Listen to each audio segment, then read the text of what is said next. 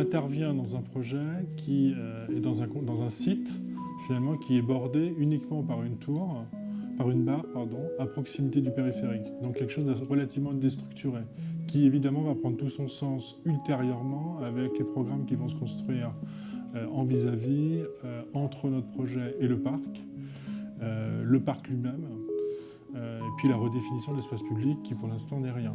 On est dans du futur, on n'est pas, comme dans certains cas, à raccommoder, à conclure, à finir ou à respecter un site qui est là. C'est comme dans tous les nouveaux quartiers, il y a une mixité à la fois de population à travers différents types de logements, mais aussi de programmes. Ici, programme d'équipement qui est constitué par 2 écoles, une école élémentaire et une école maternelle, et puis 125 logements. Donc, 2 gros programmes en fait, qui doivent coexister avec des particularités qui font qu'ils ne fonctionnent pas aux mêmes heures, ils ne fonctionnent pas de la même façon, ils ont un rapport statutaire à l'espace public qui n'est pas le même. La mixité du programme, c'est clairement une avancée. En même temps, c'est aussi regarder un peu dans le rétroviseur. Si on regarde la ville traditionnelle, elle est fondamentalement empreinte de mixité. Donc cette idée qu'on a aujourd'hui de la ville du futur, c'est une très bonne idée, mais c'est une idée du passé.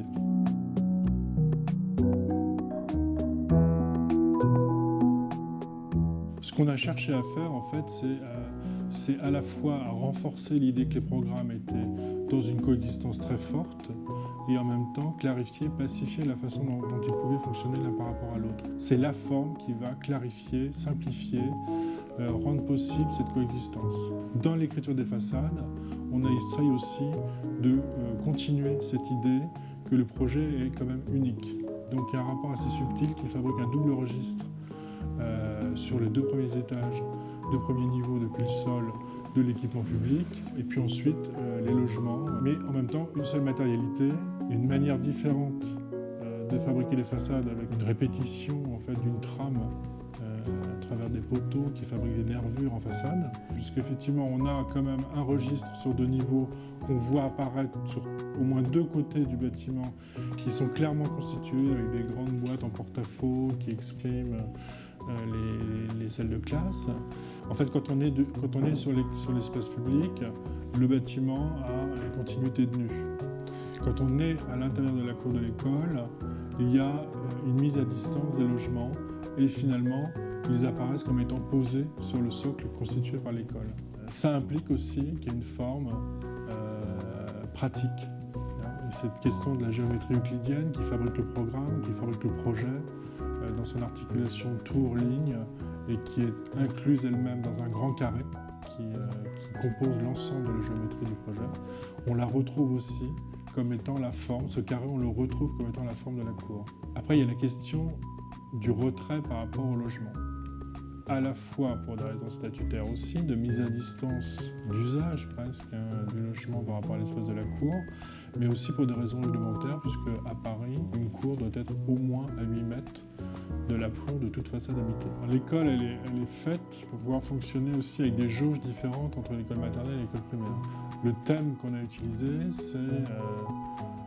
c'est une couleur qui est jaune, qu'on voit réapparaître à la fois dans les couloirs, dans le hall, et qui est en alternance avec ce métal un peu bronze qui rappelle un peu l'aluminium chaud qu'on a mis, le coloris de l'aluminium un peu chaud, un peu bronze également, qu'on a mis sur les façades à l'extérieur du projet.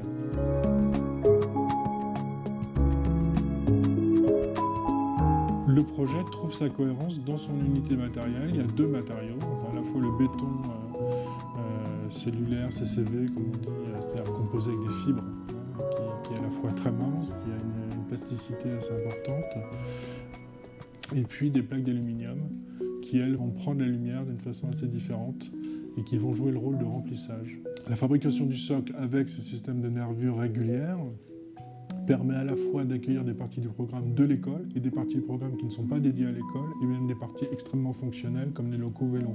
Donc il y a à la fois les halls des logements, des parties de la façade de l'école, des parties, même il y a une partie qui est constituée avec des commerces. Donc finalement on a toute une variation d'usage, pas toujours noble finalement, qu'on voulait traiter à travers une expression assez forte quand même du bâtiment quand il est en contact avec l'espace public, c'est-à-dire à l'endroit où c'est très important.